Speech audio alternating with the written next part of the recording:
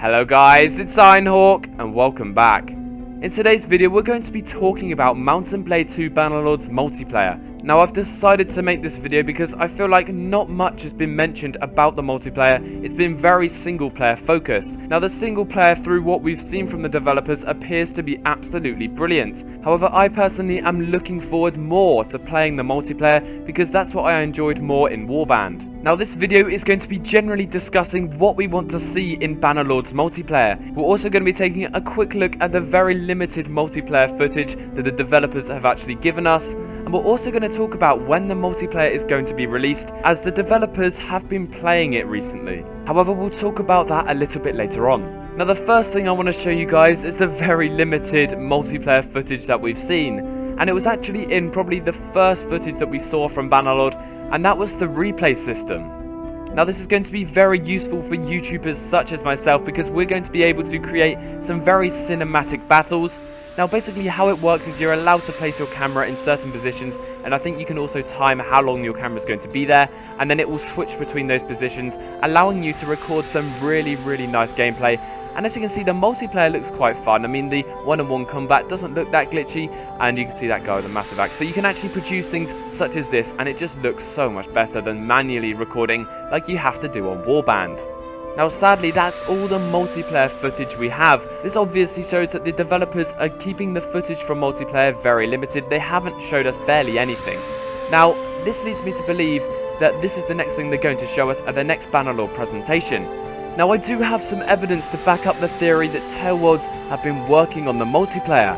Now the evidence for this can actually be found in the Bannerlord's app section, and the link to this will be in the description.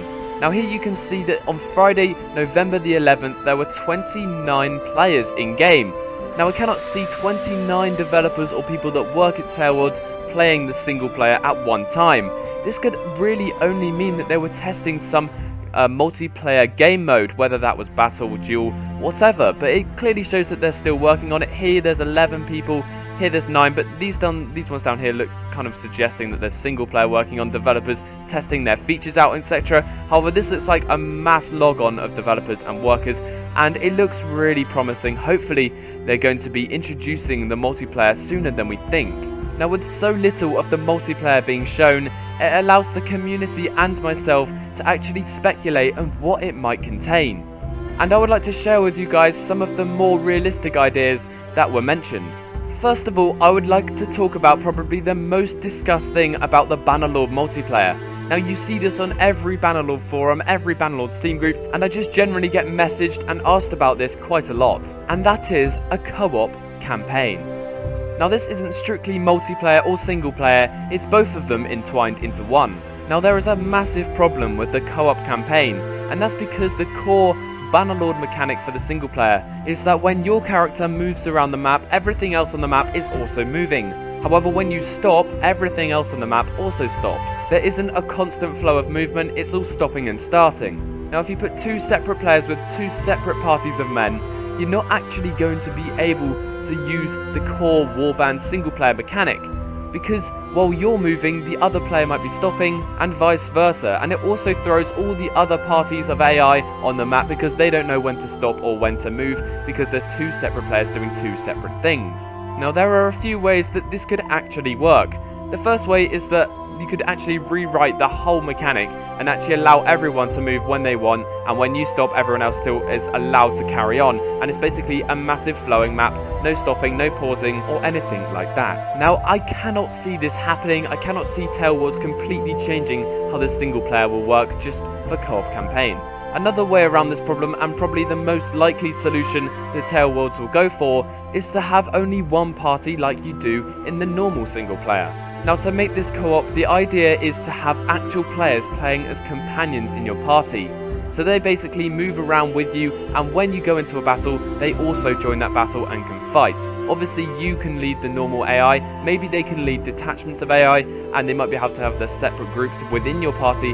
However, it's the base movement around the map that keeps this normal, and also allows other players to join your party. Obviously there's going to be a limit to this. I would say around 4 people, otherwise it'll become too overpowered, as actual players are always a lot better than AI. So that is basically the general overview of what I believe co-op campaign could involve. And I felt like I had to talk about this because so many people want it, and it's easily the most requested thing for Bannerlord. Next up, we're going to talk about what multiplayer game modes we could actually see.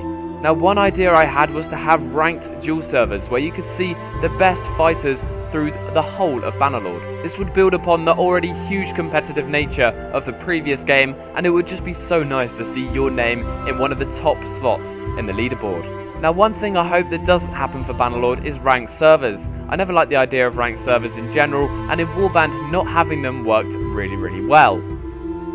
Admittedly, the only problem with this is that there are going to be so many new players, and the people that are watching this now that haven't played Warband are going to be severely outclassed by the old-time Warband players who have thousands of hours, and there's still quite a lot of people who are brilliant at the game. Now, these old-time Warband players are obviously going to destroy the new players in terms of combat.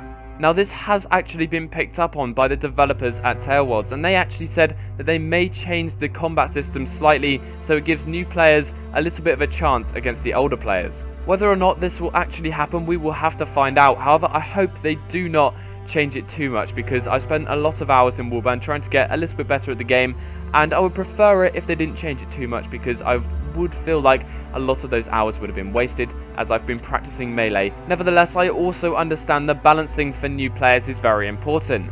Now, if you are a new player, to prevent you being absolutely destroyed by the experienced players in Bannerlord, make sure to buy the game. You need to buy it before you play Bannerlord. You just don't understand. Otherwise, you're just going to be kind of a fish out of water. It's not going to be the most expensive thing you've ever done, but if you would like to buy it, make sure to go to the link in the description where you can buy it, and it's literally quite cheap. I think around maybe £8, £12, it varies quite a lot. But I can't recommend anything more. You need to go ahead and play the original game. Another game mode I would love to see is to have some sort of structured field battle. Now, whether or not this will work or even be popular in comparison to sieges, we could find out. However, there's so much potential you can do with field battles. You can do just cav battles, which will be absolutely amazing. Imagine that, two relatively balanced factions with cavalry focused units charging into each other. It would be so epic to see so many horses riding around, maybe even horse archers, maybe with a server cap of around 200. It could be really fun. It doesn't just have to be cavalry, obviously. We can see infantry focused games with archers and cavalry, with maybe numerous structures or areas across the map, for example villages, or maybe just even areas of the field that people have to push up to and capture, and then that could alter respawns, it could alter what gear the other team could have, and I think it will be quite fun, and there's a lot to do and a lot of potential for it. Again, any ideas on field battles, make sure to leave them in the comments. I'm really up for listening to what you guys have to say. Next up, I would love to talk about sieges. Now in Warband, sieges are probably one of my favourite things to do. However, I always felt like there needed to be more players. Now, we don't really know what the server cap for multiplayer games are going to be. However, I think it's going to be 350 to 500. It's definitely not going to be any more than 500. But again, who knows? We've heard nothing about this. I feel like the increased server population would allow for some really epic sieges, some maybe different stages in the siege. For example, when the siege engines go up and then you all charge across the siege engine ramp, it could create some huge battles, and I really want to see a higher population. Obviously, we've seen from the single player that there's a huge range of siege equipment that you can use. We've seen catapults, siege engines, ladders, you name it, it's been in there. And I would definitely like to see this reflected in the multiplayer, because it gives the attackers a wider range of options in terms of attack. For example, they can split their forces between 3 siege engines and hit the defenders in 3 different areas, or they can just have one siege engine and pour all down one area with a very infantry focused battle. Or we can see other options such as numerous ladders being placed up. The infantry can get up there and then your own archers can suppress the defenders' archers. We can also see battering rams knocking down the main gate, and then all of your infantry can smash through the main gate and attack them through the courtyard. Again, just seeing a wider range of equipment to use for the attackers would be brilliant.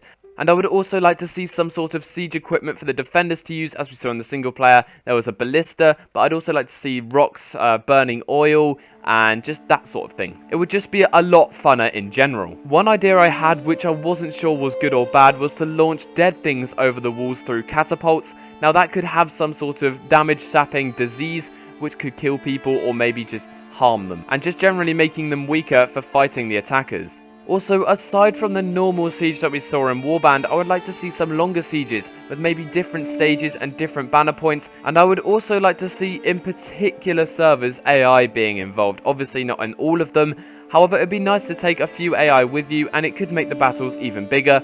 Obviously it's going to be a little bit difficult to run for some of the smaller, less powerful PCs, but for me personally it would be very cool.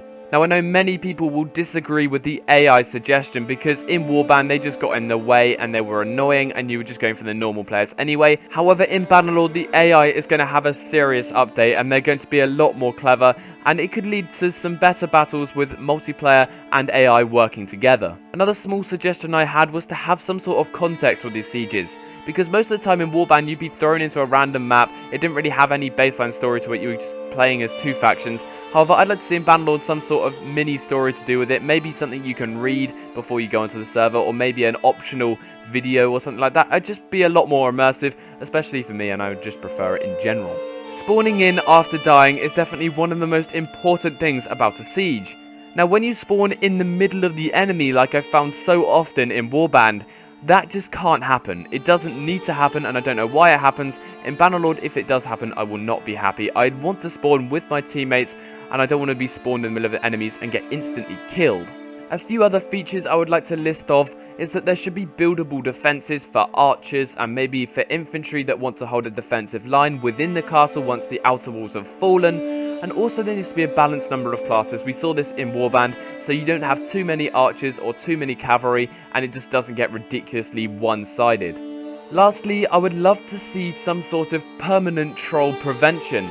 Like, for example, in Warband, you could stand on ladders and that would stop your teammates from actually getting it up.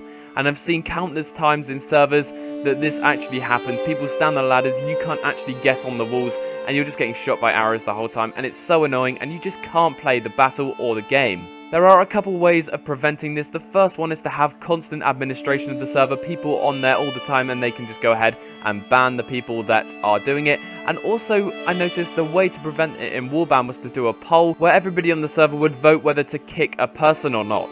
Now, if they did get kicked, what would happen is they would get kicked, and then they'd just go ahead and rejoin the server straight away, and it kind of just didn't do anything. It didn't stop the problem whatsoever. I think the main way of doing this is to basically stop trolls from trolling in any way. Obviously, that's very difficult, and it's almost impossible to avoid. Another game mode I would love to see is to have online sea battles, maybe having 5 ships versus 5 ships, or maybe a fleet versus another fleet. Maybe you control your own ship and then you have AI archers or AI infantry on it, and you fight other players with the same setup. It could have a lot of potential, and sea battles are probably one of the most things that I'm looking forward to in Bannerlord. They're going to be so epic. We could see them in single player and multiplayer, and I just think it's something the community really wants, and I also want myself. The final suggestion I'd like to make is to have some sort of fun game mode where you can kind of do whatever you want, a little bit like the party game thing in COD, if you know what I'm talking about, where it's a little bit different from the normal game. Now, this could consist of many different things. For example, all players have to use certain equipment. For example, they have to have a horse, and then they use javelins to kill each other, and this could switch up every round. So guys, that is it for the multiplayer game mode speculation. If you do have any other better ideas or improvements to the ones that I've said previously, make sure to comment it down below. I do try to reply to as many comments as possible. It usually takes me a day or so, however, I do usually get around to doing it. So I think that will wrap it up for this video. Thank you so much for watching. Make sure to hit like if you did enjoy, and also hit that lovely subscribe button if you are new. We are heading towards 7,000 subscribers, and it's absolutely insane. You guys are just the best. I cannot believe how fast we're getting there. My personal aim is to hit 10,000 before Bannerlord is released, so you guys can help me do that. It would be absolutely phenomenal. Now, in this video, you would have seen footage from the Persistent World mod for Mount & Blade Warband. This basically puts the game into an open world, and different clans war each other, different factions war each other, etc, etc. Now, whenever I'm not recording or editing and I'm on my PC, I'll be in my clan's TeamSpeak talking to people. So if you would like to join me and play Persistent World and Mount & Blade with me, make sure to go ahead and join my clan. You apply through the link in the description, and also the link to the Persistent World mod will also be down there. Anyway guys, that's it for this video. Thank you so much for watching. I hope you have a brilliant day, and I will see you in the next one.